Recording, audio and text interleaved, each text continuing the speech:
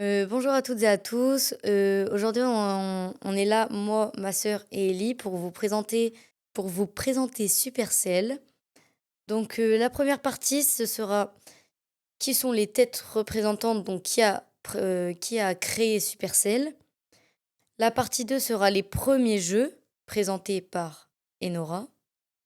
La troisième partie, les premiers succès et retours critiques qui a que c'est Ellie qui va les faire. La partie 4 c'est microtransactions et impact sur les jeunes, qui est aussi fait par Ellie. Donc, Supercell a vu le jour le 14 mai 2010 à Helsinki, suite à la volonté de, désolé si je le dis mal, Ilkka Pananem, ainsi que Mikko Kodisoja et 4 anciens cadres de Sumea,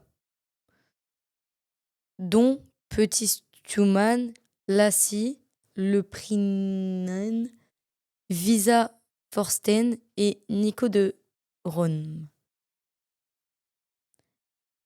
Ils apportent chacun 250 000 euros de capital au lancement, complété par un prêt de 400 000 euros de taxes, de TKS. Puis, puis une levée de fonds de 750 000 fin 2010. L'objectif, créer un studio composé de petites équipes autonomes, autonomes, les fameuses celles, capables de concevoir, tester, puis arrêter un jeu à tout moment. Ilkka Pananem, né le 16 juin 1978, incarne cette philosophie. Il se qualifie volontiers de World Least Powerful CEO, autant pour un management minimal provoquant la responsabilisation des équipes.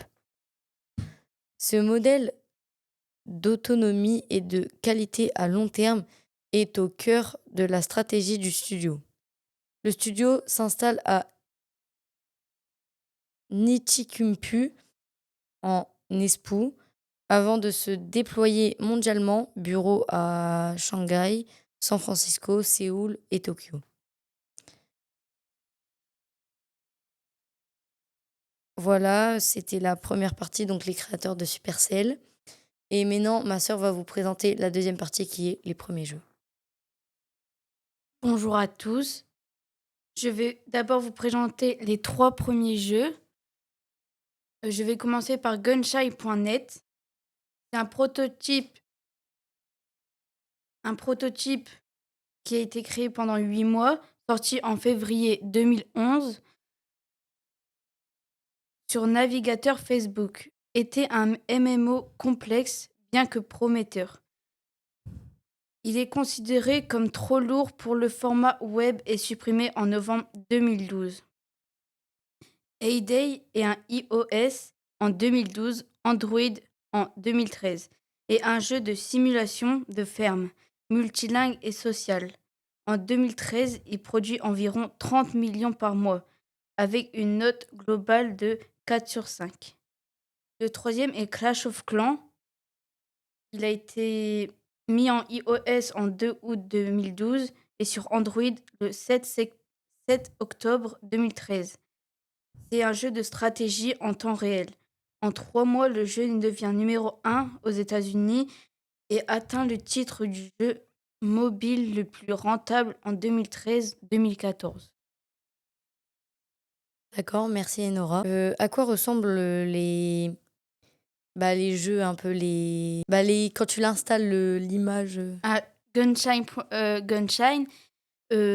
avant, après sa sortie, il a été appelé Zombie Online.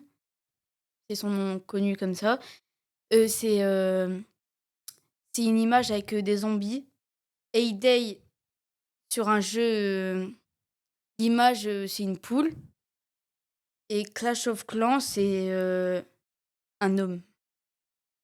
Du coup, pour la troisième partie, bah déjà, bonjour Ellie. Alors ça va? Ça va et toi? T'as passé une bonne journée? Je sais pas. peut-être. Oui, oui. Mais du coup, bah, tu peux nous présenter la partie 3, les premiers succès et retours critiques. Aujourd'hui, je vais vous présenter les jeux les plus célèbres de Supercell. Tout commence par Clash of Clans, qui a été le jeu qui a bouleversé tout Supercell en priorité. Ça a été le premier le plus célèbre. Il a battu Hay. Il avait plus de 500 000 téléchargements avec 45 millions. 1000 ou millions, je sais plus trop, tellement qu'il y en avait. D'utilisateurs actifs mensuellement en ce moment. C'est tout. Il sera également au cœur de compétitions e-sport, même si on en entend moins parler à cause des compétitions Brawl Stars et Clash Royale. Mais le championnat pour Clash of Clans, c'était les World Championships. Reddit a signé d'ailleurs une baisse de l'aspect tournoi. C'était il y en a de moins en moins car tout le monde commence plus à se tourner vers Clash Royale, Brawl Stars, tout ça. Les jeux célèbres en ce moment. Qui me fait d'ailleurs passer en ce moment même à Clash Royale. Qui est le jeu qui m'a fait commencer les jeux Supercell. Je jouais avec mes cousins personnellement, c'était un très bon jeu. Faut faire. Ouais. Clash Royale lancé en 2016 cible un public compétitif à cause de son aspect PVP où c'est deux rois qui s'affrontent avec des cartes, des personnages choisis. Euh, Après, qu'est-ce que c'est- il a été propulsé par Micho et Noxtag dans les années 2000, entre 2020 et 2023, je dirais. Avec Micho qui en parlait beaucoup, qui a fait des vidéos dessus comme un escape game. Et ça fait. Donc, du coup, tout ça fait cibler un énorme public qui est la jeunesse un peu. À sa sortie, tout le monde en parlait. C'est un jeu très célèbre avec la sortie des nouvelles cartes, le sorcier de glace, tout ça. Et maintenant, passons au troisième, qui est le jeu que tout le monde connaît en ce moment. Brawl Stars, qui a fait beaucoup de partenariats avec Bob l'éponge, Godzilla, l'année dernière. D'ailleurs, c'est ce qui a fait propulser Brawl Stars dans les premiers jeux. Il a été top 1 tendance à un moment, je pense.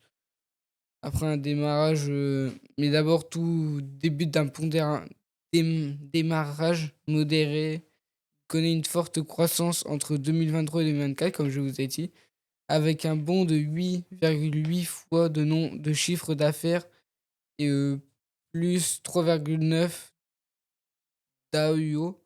Mais surtout, ce qui est très important, c'est les microtransactions dans ce jeu que je veux dire après. Et un des jeux qui est sorti récemment, c'est Squad Buster, sorti en 2024, connaît une performance mitigée.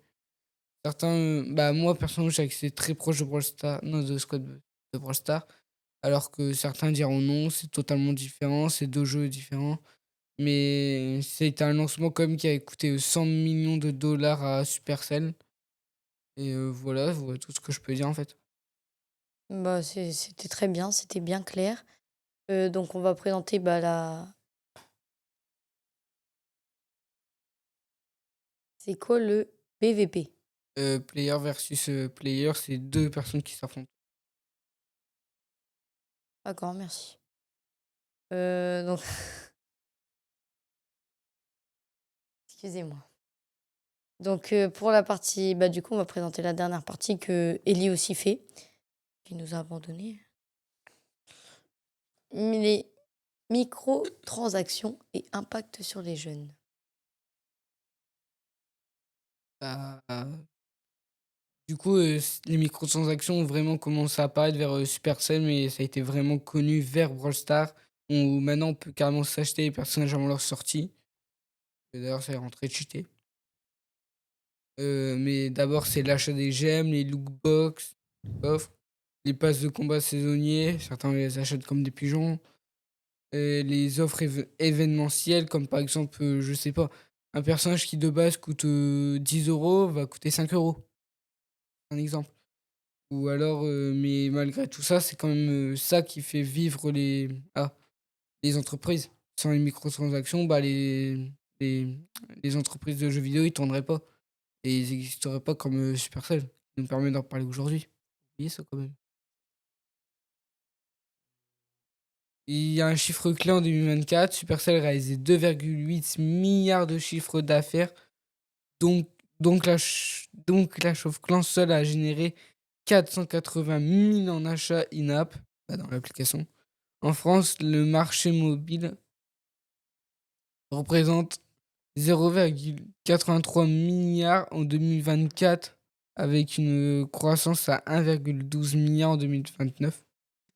Le marché total des jeux vidéo en France se monte à 3,9 milliards en 2025. Ça me choque toujours aujourd'hui. Impact sur les jeunes, les jeunes veulent, bah, la jeunesse veut plus acheter pour aller plus vite, pour gagner plus vite, être plus fort rapidement. On a un très bon exemple, Dayla. Oui. Je ne vois pas de quoi tu parles. Les monnaies virtuelles créent une vraie distance psychologique avec l'argent réel, accentuent les distances impulsives.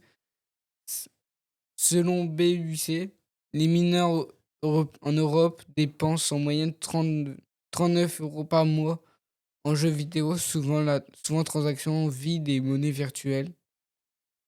Et après, il y a aussi des déminages d'addiction. Addiction, désolé. Ouais, d'addiction. D'addiction. Environ 6,9% des jeunes payent en présentant des comportements à risque. Casino. Les associations de commerce consommateurs, BUC, UFC, que choisir, que choisir, CLCV, dénonçant des pratiques jugées trompeuses ou prédatrices, La 17, c'est le 32. quoi exhortant, non, c'est écrit exhortant à une meilleure transparence des prix réels. Les enfants sont sensibles à des techniques comme la FAMO, la FOMO, peur de manque une offre, et les loot box qui créent un profit de dépenses inefficace. Du coup, merci Ellie d'avoir été là. Merci à Enora aussi d'être venue. Et du coup, on se retrouve pour une prochaine radio. Je vous souhaite de bonnes vacances, de très très très très très bonnes vacances parce que là, ça va bientôt être l'été. Certains passent le brevet Certains passent le brevet et le bac. et le bac, donc bonne chance. Et merci de nous avoir écoutés pour cette radio filmée. On est très heureux, regardez. Au J'ai vraiment une revoir!